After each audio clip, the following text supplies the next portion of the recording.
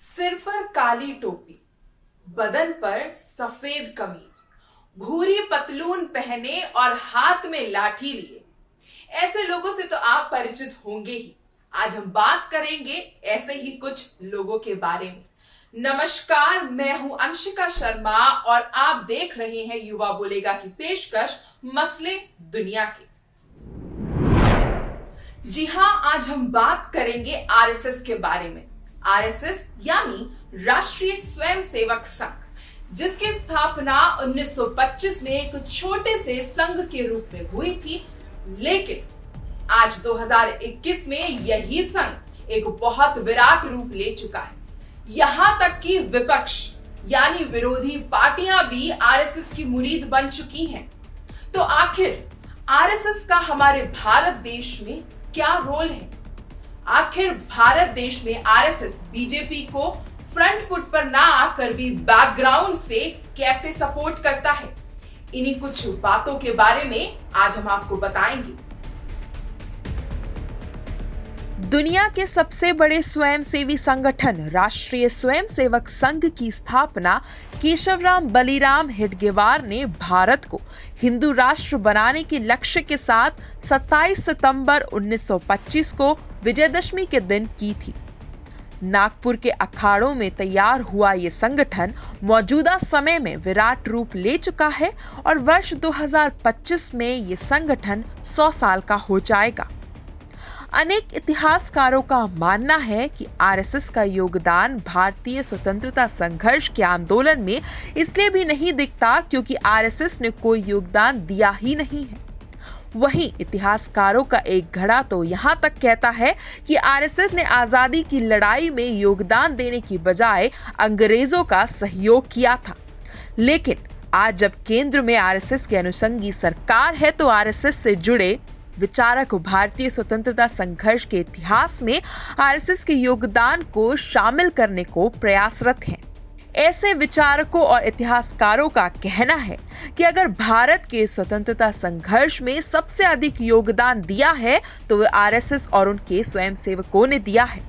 इन इतिहासकारों का कहना है कि आरएसएस के स्वयंसेवक कार्य करने में विश्वास रखते हैं, ना कि उसका प्रचार करने में। यही कारण है कि इतिहास में उनका योगदान दिखाई नहीं देता। हालांकि संघ अब इतिहास संकलन समिति के जरिए इतिहास लिखने की कोशिश कर रहा है ताकि इन भ्रमों को दूर किया जा सके।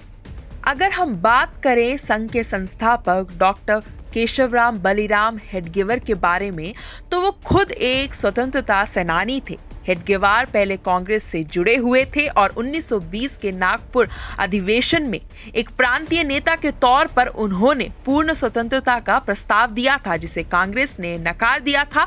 इसके बाद वे असहयोग आंदोलन के समय जेल भी गए और 1 साल जेल में भी काटा। जेल से आने के बाद उन्होंने 1925 में आरएसएस की स्थापना की, लेकिन लगातार स्वतंत्रता आंदोलन से जुड़े रहे।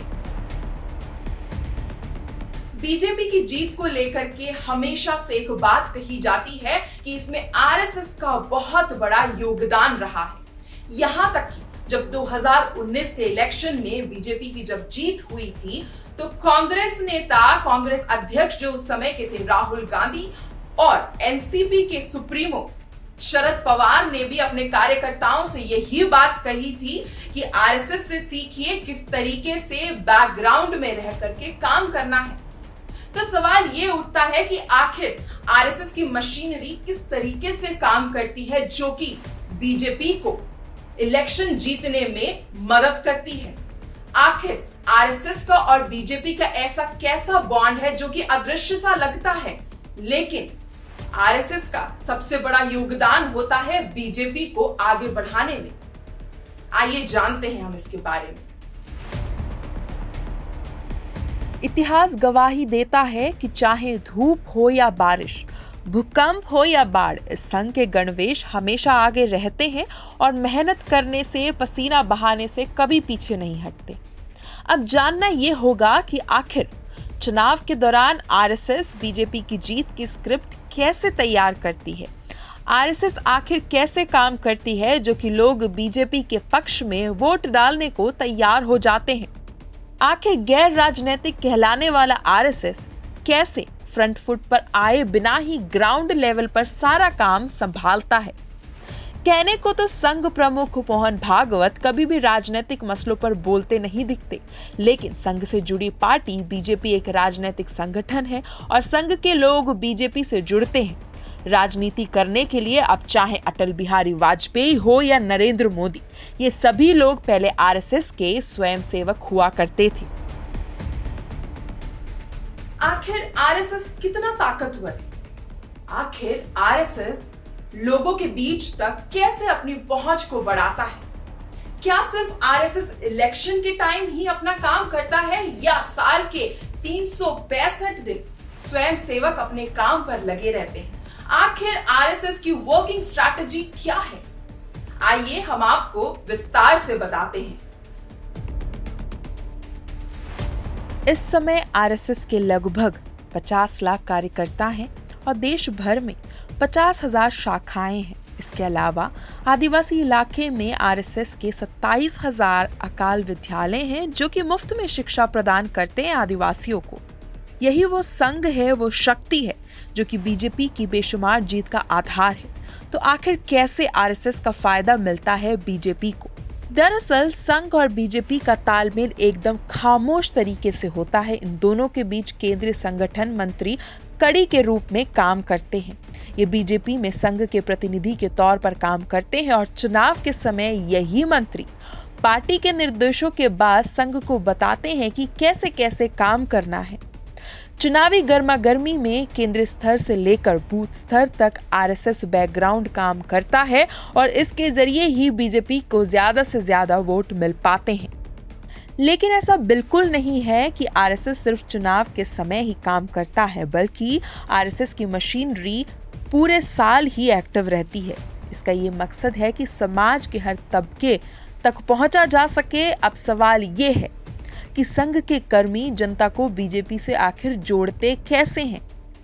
इसके लिए वो लाभार्थियों को बताते हैं कि क्या क्या लाभ उन्हें बीजेपी से होता है जो कि और पार्टियों से नहीं हो पाता। अब आप लोग समझ ही गए होंगे कि आखिर आरएसएस फ्रंट फुट पे ना आकर भी बीजेपी की कैसे मदद करता है। जी हाँ, बीजेपी का जो आज शासन हमारे देश में है, बीजेपी का जो लोहा आज हमारे देश में माना जाता है, उसमें आप चाहे माने या ना माने, आरएसएस का एक बहुत बड़ा योगदान है। यही वजह है कि दूसरी पार्टियां, जो विपक्षी पार्टियां हैं, उनके पास शायद आरएसएस जैसा कोई संगठन नहीं है जिसकी वजह से वो 2 कदम बीजेपी से पीछे रह जाती हैं। तो आज के लिए हम आपसे इजाजत लेते हैं। अगर आपको हमारी ये पेशकश पसंद आई हो तो इसे लाइक करना मत भूलिएगा। हमारे चैनल को सब्सक्राइब भी करिएगा। नीचे कमेंट बॉक्स में आप अपने सजेशंस, आप अपने फीडबैक्स दे सकते हैं, बिकॉज युवा बोलेगा always welcome the feedbacks and the suggestions of the viewers. अब अगले एपिसोड के साथ फिर हम आपसे मिलेंगे, एक नए मुद्दे के साथ, एक नए मसले के साथ। तब तक के लिए जय हिंद, जय भारत।